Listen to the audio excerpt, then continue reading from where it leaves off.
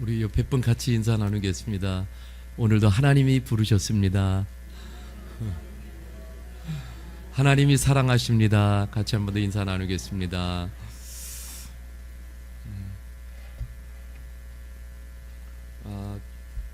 그 미얀마 현지 소식은 언론에서 보도가 안 되니까 다 묻혀 있는데, 미얀마에는 지금 큰 홍수가 2주 전에 나서 그래서 정말 수많은 이재민이 발생하고, 그 다음에 계속 곳곳에서 이렇게 군부의 폭격으로 수많은 사상자들이 발생하고 있습니다. 미얀마를 위해서도 계속 기도하며 또 함께 또 기도해 주시면 좋겠고요. 우리 11월 1일부터 21일까지 밤 8시에 다니엘 기도가 이제 교회에서 진행이 됩니다. 함께 참여하니까 다시 기도를 회복하는 그런 시간들이 되셨으면 좋겠습니다.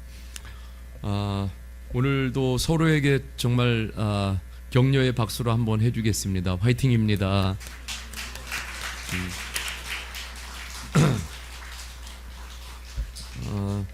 우리 오늘 같이 나눈 말씀을 먼저 보겠습니다. 사무엘상 1장 9절에서 18절 말씀입니다.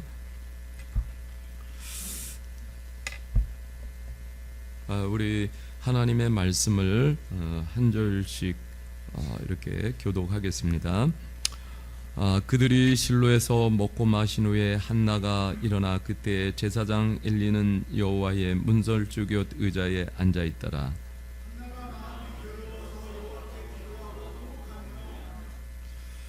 서원하여 이르되 만군의 여호와여, 만일 주의 여종의 고통을 돌아보시고 나를 기억하사 주의 여종을 잊지 아니하시고 주의 여종에게 아들을 주시면 내가 그의 평생의 그를 여호와께 드리고 삭도를 그의 머리에 대지 아니하겠나이다.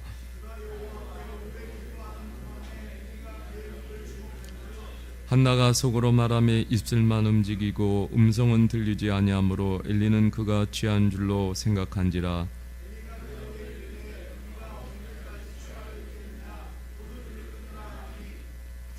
한나가 대답하여 이르되 내 주여, 그렇지 아니하나이다. 나는 마음이 슬픈 여자라.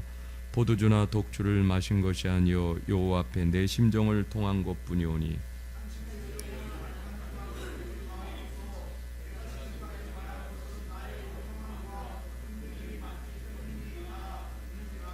엘리가 대답하여 이르되 평안히 가라. 이스라엘 하나님 내가 기도하여 구한 것을 허락하시기를 원하노라 하니,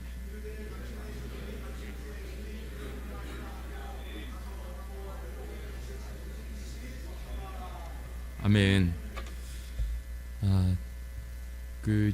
오늘 힘듦과 고통의 끝에서 이런 제목으로 하나님의 말씀을 좀 나누려고 합니다.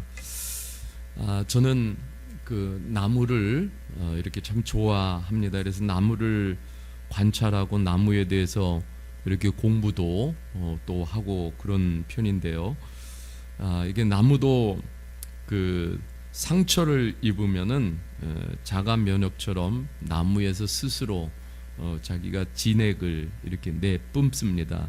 그래서 그 진액이 그 상처난 나무의 몸을 이렇게 감싸고 또 치유를 하게 됩니다. 그래서 그 상처가 싸매지면서 나무에는 이렇게 온기가 생기게 돼요. 그러면은 그 나무는 더 강해지게 됩니다.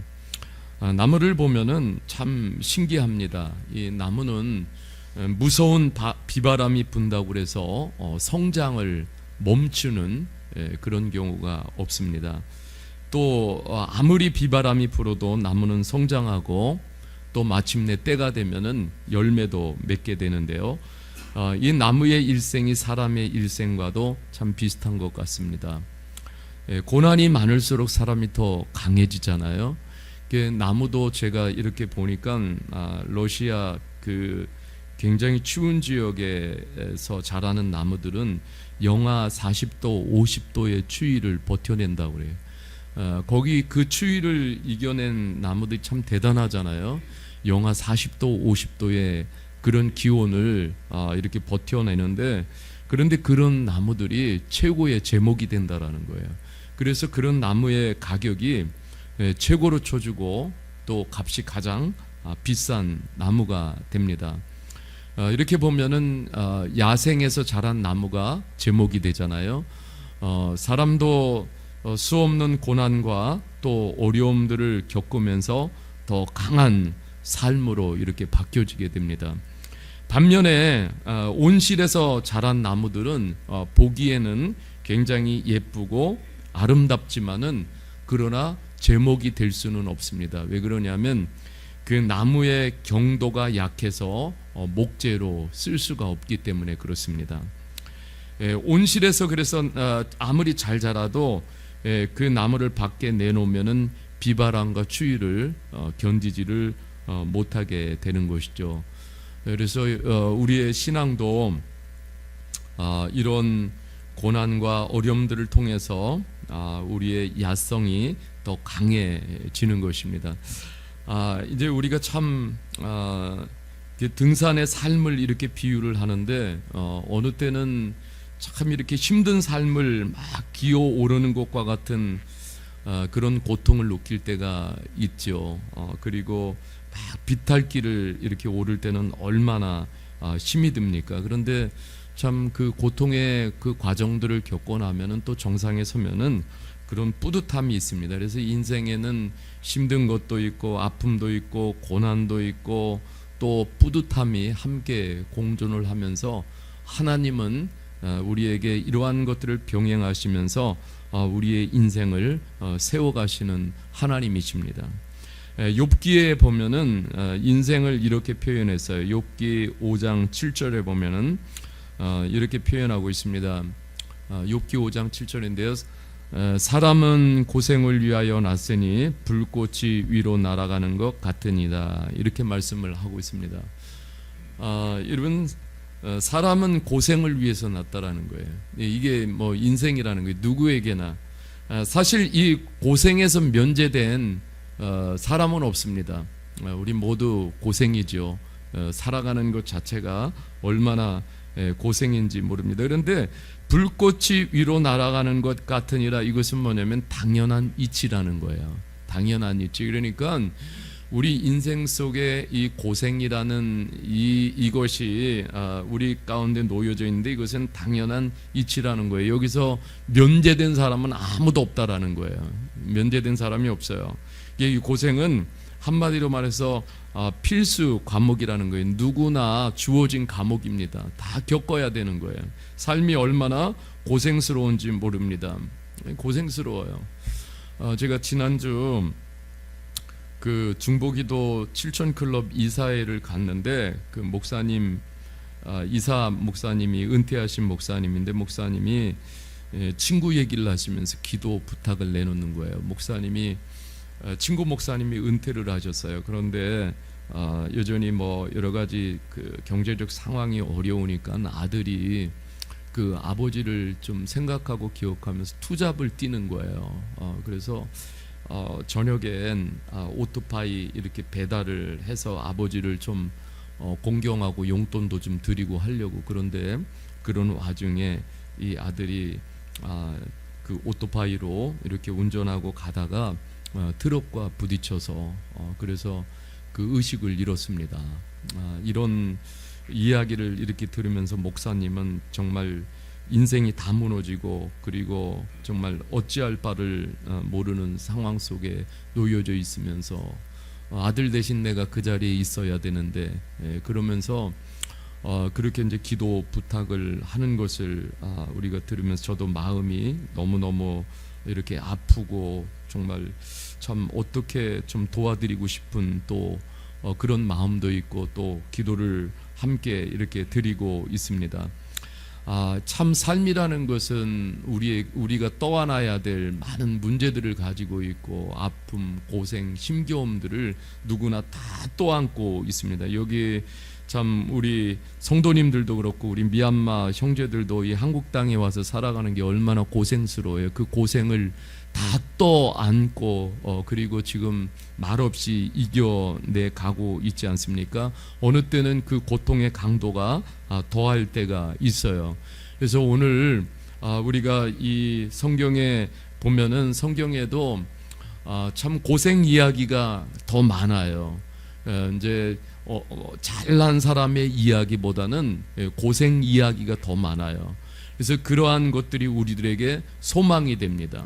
그 당시에 그런 고생의 짐들을 지고서 성경에서는 그러한 것들을 어떻게 풀어갔는지에 대한 우리들에게 답을 주고 있어요. 그래서 오늘도 우리가 이 한나라는 이 인물을 통해서 이 고생과 고난의 숙제를 어떻게 풀어갔는지 우리가 좀 같이 나누려고 합니다. 이 한나는 사무엘서를 열어가면서 가장 먼저 나오는 인물이에요. 그 정말 이스라엘의 아주 훌륭한 그 사무엘이었던 사무엘의 어머니입니다. 그런데 한나를 이야기하면서 성경은 한나의 인생을 이렇게 표현합니다. 우리가 좀 전에도 읽었지만은 이렇게 표현하고 있어요. 15절에 보면은 나는 마음이 슬픈 여자라 이렇게 표현을 하고 있어요. 여기 슬픈이라는 이 단어가 히브리어로는 카쉐 이렇게 표현하는데 이건 뭐냐면 아주 정말 강도가 높은 고통과 그 다음에 또 다른 단어가 있는데 그것은 쓰라림이라는 거예요. 정말 이루 말할 수 없는 그 삶의 그 쓰라림, 이것을 떠안은 여자라는 것을, 인생이라는 것을 이렇게 표현을 하고 있어요. 여러분, 그 당시 이제 고대 사회는 자녀를 재산처럼 취급을 했습니다. 그런데 이 한나는 아이를 낳지 못하는 거예요. 그러니까 대우가 어떻겠습니까? 형편없겠죠. 물론 엘가나라는 남편이 좋은 남편이라고 말하지만은 저는 뭐 이거 좀 저는 개인적인 견해로는 엘가나가 참 굉장히 우유부단한 남편이다. 저는 그렇게 이제 생각을 합니다. 좋은 남편이라고 생각하지만 또 한편으로는 그런 면이 있다고 생각을 해요. 한나에게는 아주 심각한 또 큰 가시가 있었어요. 이거 그러니까 아이를 못 낳는 그러한 아픔이 있고 쓰라린 그런 인생의 그 고통이 있는데 또 하나는 아주 심각한 큰 가시가 또 하나가 있어요. 그것은 뭐냐면 분인나라는 아주 인성이 나쁜 여자가 함께 살면서 매일매일 이 한나의 속을 긁어놓는 거예요. 그러니까 극도의 스트레스를 매일매일 주는 거예요. 한두 번이 아니잖아요. 그 극도의 스트레스를 매일매일 받다 보면 어떻게 되겠어요? 물론 한나가 아이를 갖는다라는 것은 한나의 능력을 이미 벗어난 거예요. 사람이 힘으로는 할 수가 없어요. 그러니까 나의 능력을 벗어난 스트레스가 계속해서 임하게 될 때에 여러분 이 고통이라는 것은 정말 감당할 수가 없는 거예요. 그래서 정말 이런 상황이 되면은 사람의 힘으로 해결이 되지 않습니까? 한나는 이렇게 큰 인생의 숙제가 있었어요. 뭐 한나뿐만 아니라 누구나 인생의 숙제는 다 힘든 것입니다. 한나처럼 정말 나중에 보면은 하나님 안에서 풀어가는 삶이 있지만 자신의 힘듦을 남의 속 뒤집어 놓는 분인나처럼 풀어가는 그런 케이스도 있습니다. 여기 다 학교 다니셨잖아요. 학교 아마 다 다니셨을 거예요. 숙제가 너무 많거나 어려우면은 어떻게 합니까? 저 같은 경우는 그래서 숙제가 너무 많고 제가 해결 감당이 안 되면은 제 마음속에 어떤 다짐이냐면 몇 대 맞고 끝내자. 그래서 제가 그랬어요. 그래서 숙제 안 하고 그냥 가서 대신 맞고 그랬어요. 왜냐하면 혼자 힘으로 해결할 수 없는 그런 숙제였거든요. 그래서 그냥 맞았어요. 근데 우리의 힘으로 해결할 수 없는 수많은 문제들이 저와 여러분들 오늘도 다 가지고 있습니다. 그런데 이제 어떻게 풀어야 하겠습니까? 이제 우리가 살다 보면 그래요. 이제 어떻게 살아야 되지? 이제 어떻게 하나? 막 이런 한숨이 절로 이렇게 막 나올 때가 있습니다. 저도 그럴 때가 얼마나 많은지 모릅니다. 여러분, 이 한나도 마찬가지. 이제 이런 상황 속에 놓여져서 이제 어떻게 살지? 이제 어떻게 하나? 이런 상황 속에 놓여져 있었는데 오늘 그래도 한나는 잘 선택을 했어요. 자신의 큰 숙제, 아픔, 문제를 가지고 어디로 갔습니까? 지금으로 말하면 교회로 올라간 거예요. 교회로. 여러분 교회 어렵고 힘들면은 어디가 제일 먼저 생각나세요?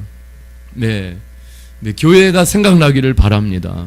예, 우리 한국 어제도 이제 제가 이렇게 밤에 그 근영관에 가보니까는 한국 역사가 쫙 펼쳐져서 잠시 그것을 쭉 보면서 과거부터 지금까지 한국 역사가 파노라마처럼 쫙 화면에 스크린에 이렇게 떠 있는 것을 볼 수가 있어요. 사진들이. 그래서 그것을 좀 잠시 이렇게 봤어요. 네, 한국도 보면은 여러분들도 어제 본 분들도 있겠지만 막 초가집도 있고 막 정말 진짜 어려운 그런 고생의 시절을 보냈단 말이에요. 그때 그 어려움들을 끌어안고 뭐냐면은 그 한국의 그 당시의 성도님들은 어떻게든 다 교회로 올라왔어요. 교회로 올라와서 하나님 앞에 정말 눈물을 흘리고 이루 말할 수 없는 그 쓰라린 그 고통스러운 인생을 하나님께 내려놨다고요. 그랬을 때 하나님께서 주시는 은혜와 또 하나님이 주시는 소망을 붙잡고 일어나 나간 것이죠. 예, 오늘날 이제 우리가 교회에서 이 기도 소리가 점점 멈춰지고 있다라는 것은 참 안타까운 일이에요. 여러분들이 교회 오면은 먼저 하나님 앞에 좀 기도할 수 있기를 주님의 이름으로 축복합니다. 오늘 보면은 11절에 보면 이런 말씀이 있어요. 한나가 만군의 여호와여 만일 주의 여정의 고통을 돌아보시고 나를 기억하사 주의 여정을 잊지 아니하시고 주의 여정에게 아들을 주시면 내가 그의 평생에 그를 여호와께 드리고 이렇게 말씀을 하고 있어요. 예, 하나님은요, 같이 해봅시다. 하나님은 모든 것을 기억하십니다. 제가 지난주에 이렇게 제가 이제 운행을 할 때는 극동방송인 채널을 이제 고정해 놓고 이렇게 들으면서 다니는데 은혜를 좀 많이 받죠. 그런데 이제 금요일 날은 극동방송의 정미경 변호사라는 이분이 이제 국회의원도 하신 분인데 이분이 그 시간에 아침 시간에 난 늘 컬럼을 이렇게 읽어줘요. 그러면서 그날은 이분이 이런 제목이 있어요. 나를 기억하시는 하나님, 이런 제목으로 컬럼을 이렇게 이야기를 하시는 거예요. 그러면서 자기 아버지를 이야기합니다. 아버지가 월남 전쟁에 참여하셨고 그리고 이제 그 당시에 고엽제 피해자라는 거예요. 고엽제. 그러니까 독성을 막 살포했잖아요. 독을 숲에다가. 근데 그 피해를 다 입어가지고 그러면서 신체적으로 많은 장애를 입게 되고 그러니까는 인생을 그냥 낭망하고 포기하면서 매일매일로 술로 보낸 거예요. 그러면서 이 정미경 변호사가 어렸을 때인데 아버지가 술만 취하면은 자기를 붙잡고 밤늦도록 신세 한탄을 하고 그 신세 한탄이 끝나면 어린 딸을 붙잡고 눈물을 흘려야지만 끝나는. 그래서 이 어린 정미경 변호사가 어렸을 때에 교회에 나가서 하나님께 기도했대요. 하나님, 저는 정말 술 안 마시는 남자와 결혼했으면 좋겠고요. 그리고 하나님, 울지 않는 남자였으면 좋겠습니다. 그러면서 이제 어렸을 때 그 교회에 올라가서 그렇게 눈물로 하나님 앞에 기도를 드렸다는 거예요. 왜냐하면 너무 힘드니까 아버지가 밤마다 술 먹으면 자신의 신세 한탄을 쏟아놔야지만이 잠을 잘 수 있으니까. 그런데 나이가 30살이 딱 됐는데요. 배우자를 만났대요. 배우자를 처음 만나가지고 첫 마디 던진 게 술 마시세요? 그랬더니 이 남자가 하는 말이 나는 유전적으로 술을 못 마십니다. 그래서 바로 결혼을 했다라는 거예요. 그러면서 이렇게 얘기하는 거예요. 정말 하나님은 내가 어릴 적에 교회에서 무릎을 꿇고 눈물로 기도했 모든 것들을 하나님은 다 기억하고 계시더라.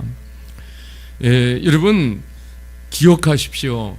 하나님의 기억력은요 완벽하십니다. 하나님은 우리가 교회 나와서 고백하고 기도하는 것들 있죠. 하나님은 다 기억하셨다가 우리가 정말로 필요한 때에 하나님은 그것을 다 선물로 주십니다. 하나님 다 기억하세요. 사람은요 아무리 얘기해도 기억 못해요. 사람은요 은혜도 기억 못하는데요, 뭐 그죠? 사람들은 얼마나 잘 잊어버리는지 몰라요. 그러니까 하나님만이 다 기억을 하십니다. 한나는 이런 아픔과 힘듦의 고난의 끝에서 그래도 하나님을 찾았고 하나님을 붙잡았어요. 여러분 이것이 지혜입니다. 어렵고 힘들 때 여러분 사람 찾아가서 사람 애만 사람 붙잡고 애먼 데 가서 막 힘을 다 빼고 그래도요 사람은 우리의 어려운 문제를 풀어줄 수가 없어요. 사람이 풀어줬으면은 우리가 여기 있겠어요? 그죠? 사람은 풀어줄 수가 없습니다. 하나님만이 풀어주시는 거예요. 그래서 성경에 보면 히브리서에도 고난 속에 있는 성도들에게 이런 도전의 메시지를 주고 있어요. 히브리서 11장 6절인데 이런 말씀이 있어요. 우리 같이 한번 읽어보겠습니다. 시작.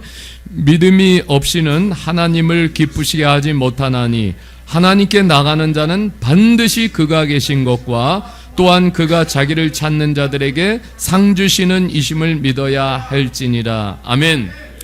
하나님을 찾으면은 반드시 하나님은 뭘 주신다? 상을 주신다. 어렵고 힘들고 이루 말할 수 없는 고생의 짐들을 지고 어디로 가야 합니까? 하나님 앞에 나와서 그거 풀어놓으라는 거예요. 그러면 여러분 하나님이 여기서 상을 주신다라는 것은 하나님이 풀어주신다는 거예요. 하나님이 풀어주십니다. 믿으셔야 돼요. 여러분 가서 우리가 헤매지 마십시오. 하나님이 우리의 인생에 풀어주십니다. 하나님만이 우리를 아셔요. 사람은 누구도 풀어줄 수가 없습니다. 잠시 위로는 줄 수가 있어요. 잠시 힘은 줄 수가 있어요. 그러나 우리의 삶의 문제를 푸시는 분은 오직 하나님이셔요. 그런데 이제 사람들이 오해합니다. 나는 몇 년을 기도했고 또 기도하고 있는데 하나님은 내 기도를 듣지 않으시는 것 같다고. 그런데 여러분 그런 우리를 위해서 예수님께서는 아시고 누가복음 18장 1절에 이렇게 말씀하고 계셔요. 예수님께서 그들에게 항상 기도하고 낭망하지 말아야 할 것을 비유로 말씀하여 이렇게 말씀하고 있어요. 항상 기도하고 낭망하지 말아라 말씀하고 있어요. 그러니까 여러분 우리가 어떤 문제가 생기면은 기도할 것인가 낭망할 것인가, 여러분 이것은 우리가 선택하는 거예요. 그런데 우리가 낙심해서 기도를 멈추면은 우리의 인생의 짐으로부터 우리는 해방되지 못합니다. 계속해서 무게는 더해가니까 우리가 결국은 힘이 빠지게 돼요. 그러나 항상 기도한다라는 것은 이런 거예요. 항상이라는 이 말은 우리가 기도할 때마다 항상 하나님이 듣고 계신다, 이 말을 말씀하고 있는 거예요. 항상이라는 건 하나님이 항상 듣고 계신다. 그러니까 여러분 우리가 항상 기도하라는 말은 우리가 짧게도 여러분들이 일하면서 또 우리가 삶의 현장 어디에서든지 하나님 이거 나 힘들어요, 하나님 이거 도와주세요, 하나님 이거 풀어주세요, 우리가 항상 그렇게 기도하는 삶으로 우리가 살아가면 하나님은 항상 듣고 계신 거예요. 그런데 이게 언제 해결돼? 그런데 하나님의 시간과 우리의 시간은 다르잖아요. 그런데 하나님의 시간이 되면은 우리가 그렇게 풀 수 없는 문제들이 뭐냐면 그 문제의 댐이 단번에 무너져요. 하나님이 역사하실 때. 여러분 이것이 하나님이 하시는 일이에요.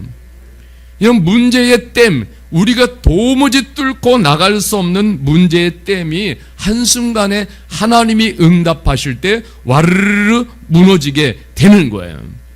그러니 여러분 우리가 꼭 기도의 시간을 확보하시기를 바랍니다. 그리고 항상 기도하십시오. 여러분 이것이 습관이 되기를 원합니다. 여러분 이 기도하는 이 시간이 왜 중요하냐면 이 기도하는 시간이 하나님과 내가 짧게라도 기도할 때 하나님과 내가 교통하는 시간이에요. 하나님과 통하는 시간이에요. 굉장히 중요하죠. 내가 기도할 때 성령께서 역사하는 시간이에요. 그리고 내가 기도할 때 성령님이 나를 이끄십니다. 그래서 여러분, 우리가 기도를 놓치면 안 돼요. 이제 11월 달 되면 우리가 다니엘 기도가 시작이 돼요. 그럼 여러분 다시 한번 옷깃을 여미고 기도의 자리로 나가시기를 바랍니다. 그리고 기도하십시오. 다시 기도를 회복하시기를 바랍니다. 우리 옆 사람에게 그렇게 축복합시다. 우리 기도 다시 회복합시다. 여러분, 이 사무엘서는 이 고생 이야기가 성경으로 있잖아요. 고생 이야기가 참 많이 나온다고. 그래서 여러분, 우리가 다윗과 같은 사람은 보면은요, 늘 보면 뭐 우리가 고생하는 것 이루 말할 수가 없어요. 그것 이상이에요, 정말로. 예, 그래서 지난주에도 제가 이렇게 사무엘상을 읽어가다가 참 이건 나는 아무것도 아니구나, 그런 생각이 들 때가 참 많아요. 근데 여러분, 제가 사무엘상 21장에 가다가 다윗이 어떤 지경에 이르렀어요. 정말 여기 보니까 이렇게 말하고 있어요. 다윗이 이 말을 그의 마음에 두고 가드 왕 아기스를 심히 두려워하여 그들 앞에서 그의 행동을 변하여 미친 채하고 대문짝에 그적거리며 침을 수염에 흘리매. 참 이게 그냥 건강하고 평범한 사람이에요. 그런데 이제 정말 다윗도 이런 사울 왕에게 쫓기면서 극도의 스트레스를 받으면서 생명을 그래도 유지하기 위해서 이리저리로 그냥 도망다니는 삶을 사는 거예요. 언제 끝날지도 몰라요. 그런데 블레셋 땅에 들어갔어요. 자기 신분이 들통이 날까봐. 그래서 그곳에서 자기가 그냥 정상인데, 그런데 막 자기가 미친 사람처럼 행동을 했어요. 그리고 심지어는 막 대물짝을 긁으면서 그러면서 막 침을 흘리면서 완전히 미친 사람처럼 그렇게 행동을 한 거예요. 여러분, 이렇게 다윗도 치열한 고통의 시간과 동행을 했잖아요. 이러한 시간을 잘 하나님 안에서 이겨냈기 때문에 그래서 나중에 하나님 마음에 합한 다윗이 된 거예요. 제가 이제 국내 이주민 선교에 특강을 매달 갖고 있어요. 제가 이제 이야기한 게 그런 거예요. 치열하게 현장에서 싸우고 있는 사역자를 강사로 섭외해야 합니다. 근데 어떤 분이 추천했어요. 교수님을 추천했습니다. 유명한 분이에요. 그런데 이번 언론에도 많이 나와요. 그런데 이론으로는 선교를 너무너무 잘하시는 분이에요. 그래서 제가 물었습니다. 이분에게 치열한 사역의 현장이 있습니까? 제가 물었어요. 그 추천한 분에게. 그랬더니 이분이 머리를 극적이면서 없습니다, 그래요. 사역의 현장은 없다라는 거예요. 그래서 제가 그러면 안 됩니다 그랬어요. 왜냐하면 우리가 이 귀한 시간이 우리가 그저 단지 정보를 얻기 위한 시간이 아닙니다. 우리는 정말 치열한 현장에 계신 분들이 그 치열함 속에서 싸워가면서 이뤄가는 선교의 이야기를 듣고 싶은 거다. 그래서 이제 그렇게 바뀌어져서 그런 분들을 이렇게 모시고 있습니다. 근데 우리가 성경 이야기가 주는 감동은 그런 거예요. 성경에 나오는 인물들이 이런 삶의 그 치열함이 없었다라면 우리에게 도전과 감동 주지 못해요. 소망을 주지 못해요. 그런데 이러한 삶을 이미 겪었어요. 그러면서 오늘을 살아가는 우리들에게도 이런 간증 아닌 또 하나의 도전의 메시지를 성경에 계속해서 우리에게 남겨주고 있습니다. 다윗 왕이요, 이렇게 그 블레셋 땅으로 피해서 아비멜렉 왕 앞에서 미친 채 하면서 쫓겨나면서 지은 시가 시편 34편인데 여기 이 시편 34편에 보면은 간구, 부르짖음이라는 이 단어가 막 눈에 띄어요. 여러분, 그 다윗이 그 정말 인생에 말할 수 없는 고생과 고난의 짐을 지고 어떻게 했습니까? 하나님 앞에 간구하고 하나님 앞에 부르짖어서 기도한 거예요. 그때 주시는 말씀이 이거예요. 시편 34편 8절에 보면은 이렇게 말씀하고 있어요. 여호와의 선하심을 맛보아 알지어다. 그에게 같이 합시다. 피하는 자는 복이 있도다. 하나님께 피하는 자는 복이 있도다. 여러분 그렇잖아요. 뭐 내가 정상인데 막 미친 척을 해야만 하는 상황, 어떤 마음이 들겠어요? 하나님이 정말 나를 돕고 계신 건가? 하나님이 나를 정말 위하고 계신 것인가? 이런 마음이 막 들었을 거예요.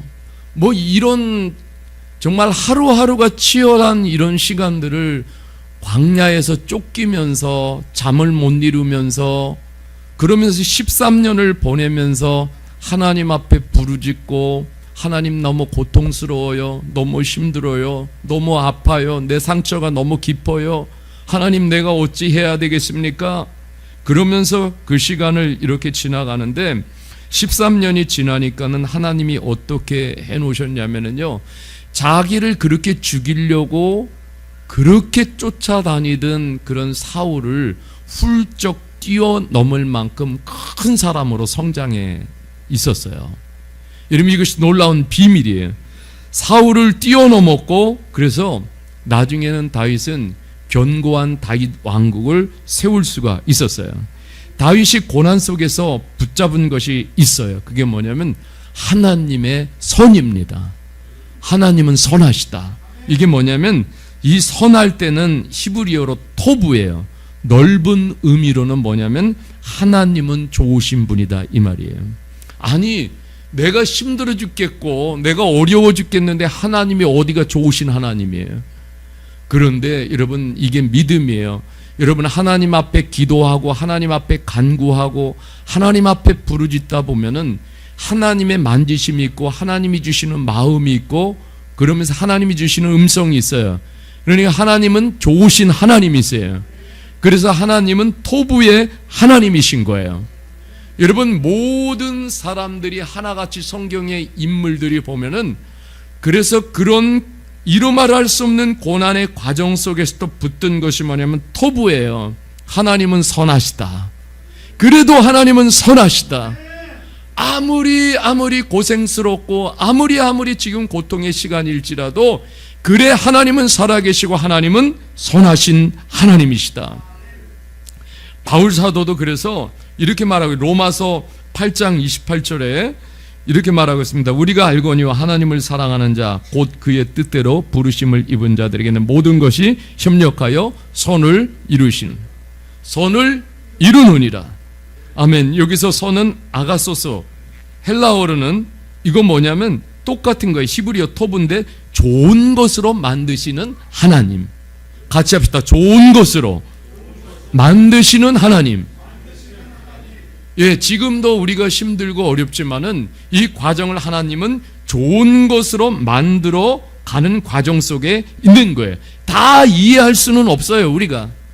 그렇죠? 그러나 하나님은 아십니다.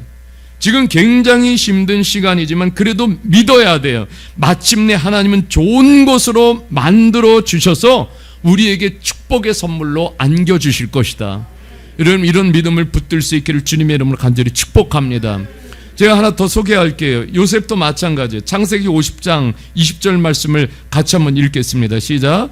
당신들은 나를 해하려 하였으나 하나님은 그것을 선으로 바꾸사 오늘과 같이 많은 백성의 생명을 구원하게 하시려 하셨으니.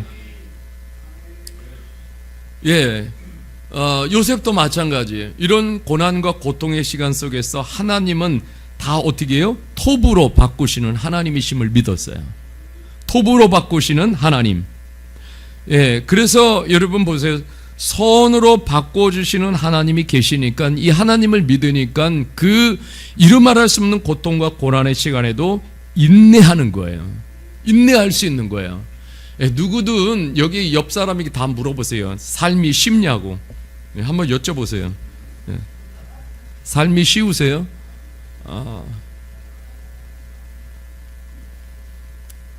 제가 그 SML 이렇게 하면서 전사님들과 같이 시간을 가지면서 고민이 있어요. 뭐 사역 이야기는 얼마든지 나눌 수 있는데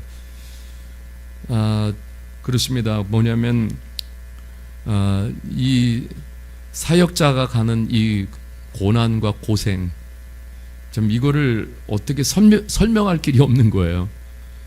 예, 그리고 이것을 이야기해 준들 뭐 얼마나 알아듣겠어요. 뭐 오늘날 뭐 할아버지 아버지들이 이 손자들 놓고 그러잖아요. 아이고 할아버지는요 얼마나 고생했는지 아느냐, 먹을 것이 없어가지고 막. 그러면 애들이 요즘 그래요.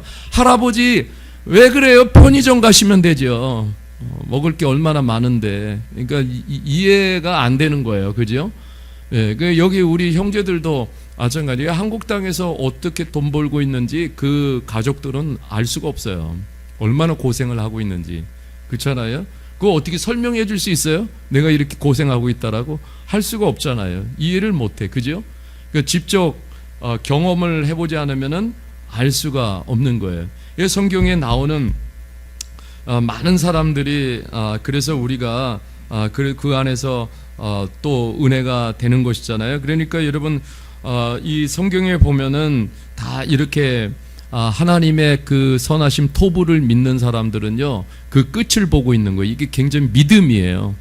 예, 이것이 하나님을 섬겨 가는 데 있어서 굉장히 중요한 거예요. 그러니까 그 고난 가운데서도 시편에 보면 찬양할 수가 있고, 고난 가운데서도 이게 제정신이 아니에요. 예, 이게 보통 보면은.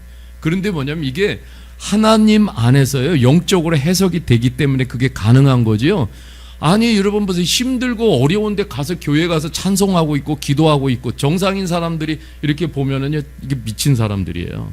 근데 이게 영적으로 해석하면은 이게 또 정상이에요. 예. 그러니까 여러분 보세요. 이 시간이 그런데 보면은 이런 시간들이 나를 깊이 성찰하게 하는 시간이에요. 정말 나를 깊이 바라보고 또 뒤돌아보는 시간이기 때문에 이 안에서 내 안에서 내적 성장이 일어나게 되고 내적 치유가 일어나게 돼요. 이게 하나님이 하시는 일입니다. 그래서 고난과 고난을 성경의 인물들은요 그렇게 받아들인 거예요. 하나님의 토부를 믿으면서 하나님 나를 성장시키는 시간이구나. 예. 여러분 이게 굉장히 중요한 거예요. 이런 시간들을 통해서요 믿음의 용량이 커지는 거예요. 저도 이 목회를 하면서요 정말 하나님이 저를 좀 키우고 싶은, 더 용량을 넓히고 싶은 그런 마음이 있으세요.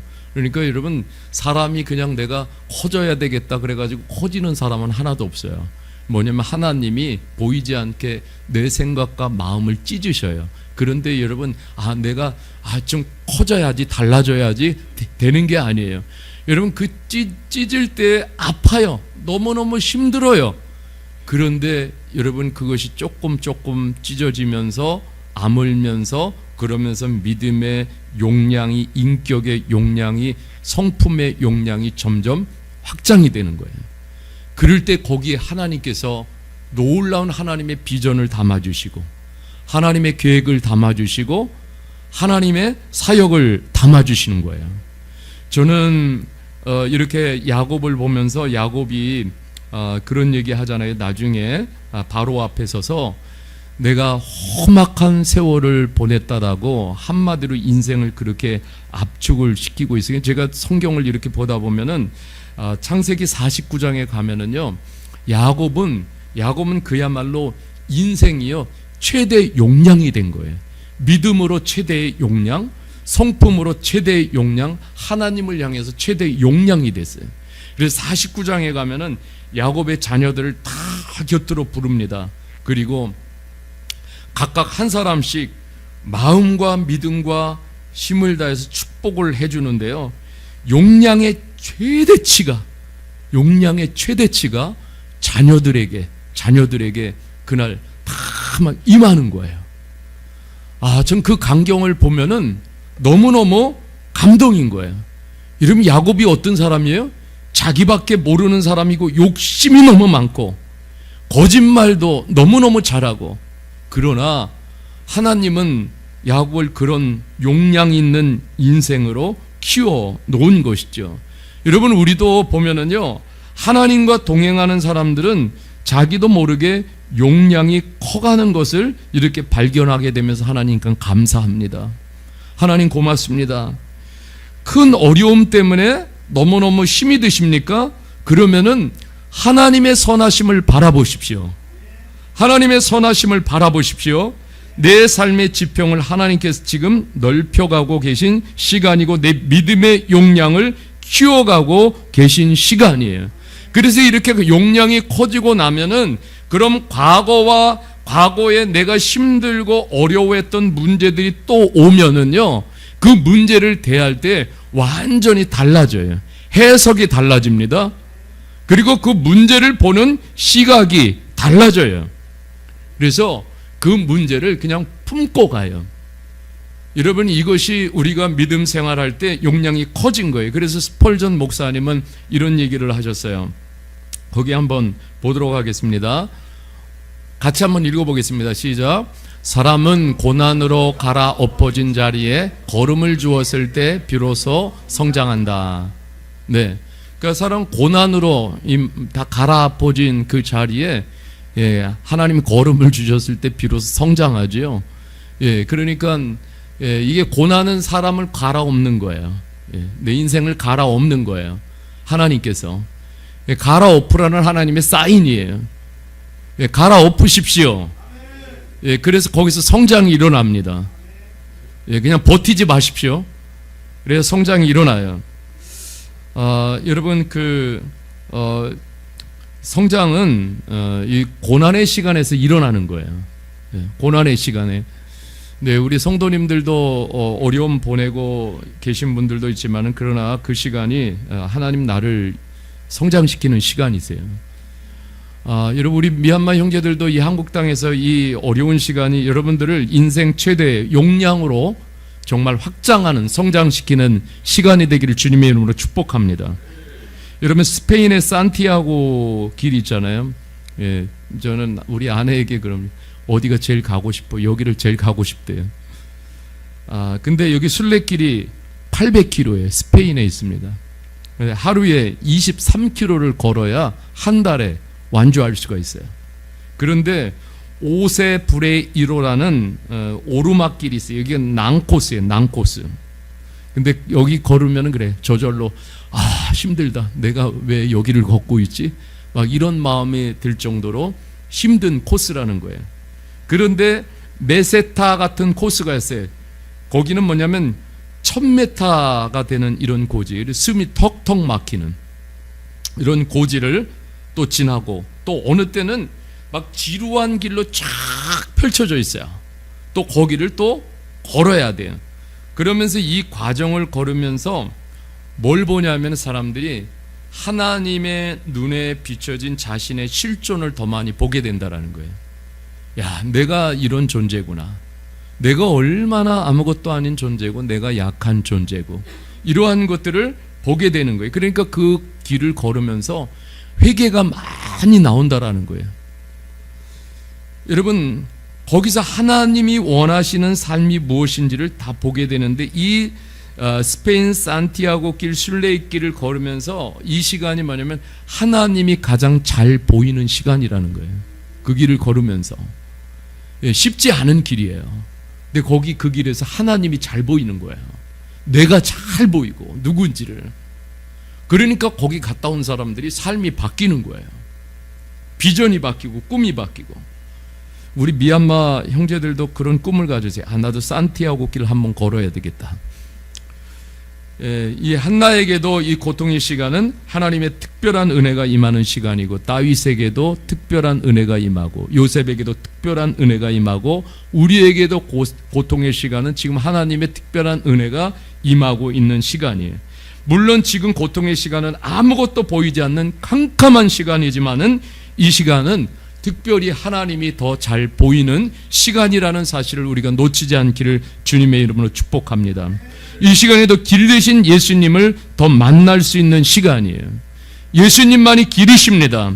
저는 성도님들을 위해 기도할 때, 주님, 우리 성도님들에게 길이 되어주세요. 길이 되어주세요. 매일매일 짧게도 기도해요. 운전하면서도 기도하고, 교회 와서 엎드려서 기도하고. 여러분, 우리가 지금 보이는 힘들이 더 거센 것 같지만은 보이지 않는 힘이 더 강력하다라는 것을, 존재한다라는 것을 믿을 수 있기를 주님의 이름으로 간절히 축복합니다.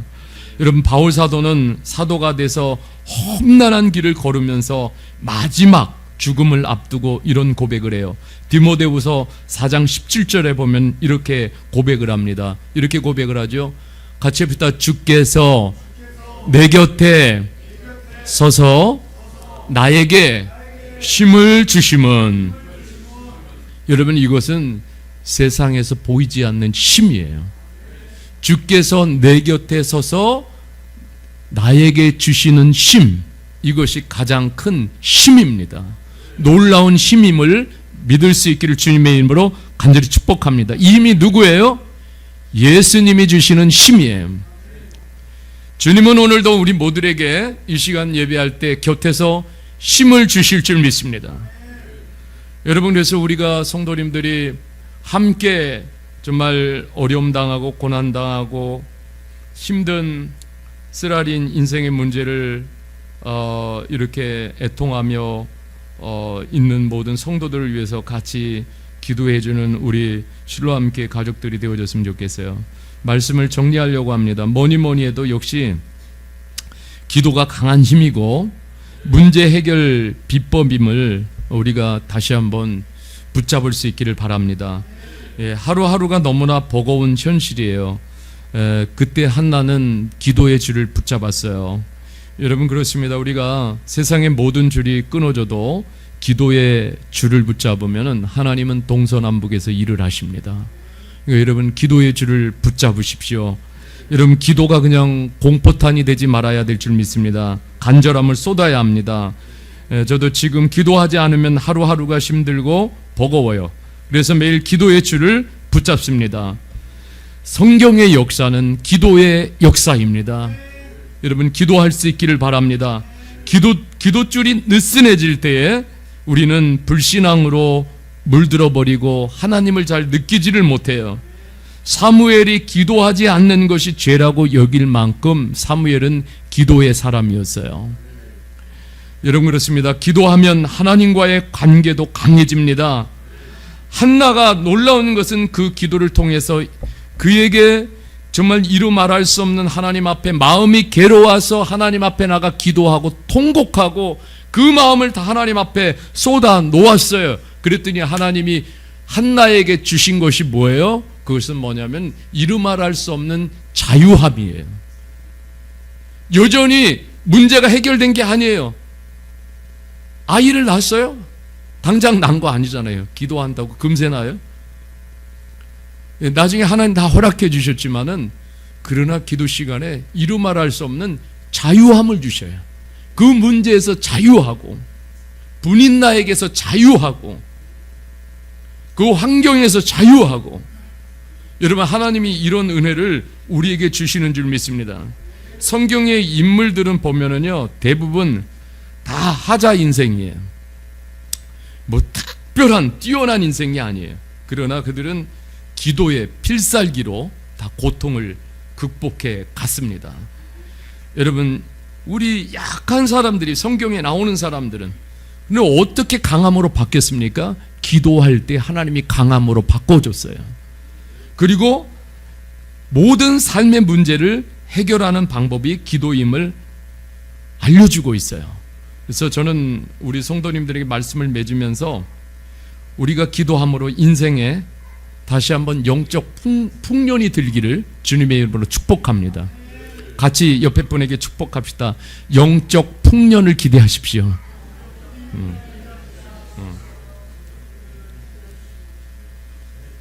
네, 들판에 가면은 지금 다 풍년이에요.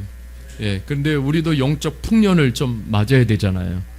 11월 달이 그런 시간이 됐으면 좋겠어요. 그리고 여러분, 하나님의, 아무리 어려워도 하나님의 선하심 토부를 믿으십시오. 선으로 바꿔가시는 하나님을 믿으십시오. 붙드십시오. 그리고 기도하고 나가면 하나님이 놀랍게 역사해 주실 줄 믿습니다. 하나님이 얼마나 감사한지 우리 모두에게 은혜를 입혀주시는 거예요. 하나님이 은혜를 입혀주십니다. 그러니까 여러분, 우리 마음에 근심과 교회 오면은요, 근심, 스트레스 막 이런 것들 어느샌가 보면은 이렇게 없어요. 그러니까 나갈 때는 전부 정말 천사가 돼서 이렇게 일터로 돌아가고 가정으로 돌아가는데, 하나님이 이런 은혜를 우리에게 많이 주시기를 주님의 이름으로 축복합니다. 우리 한 번 더 축복합시다. 이미 천사가 되셨습니다.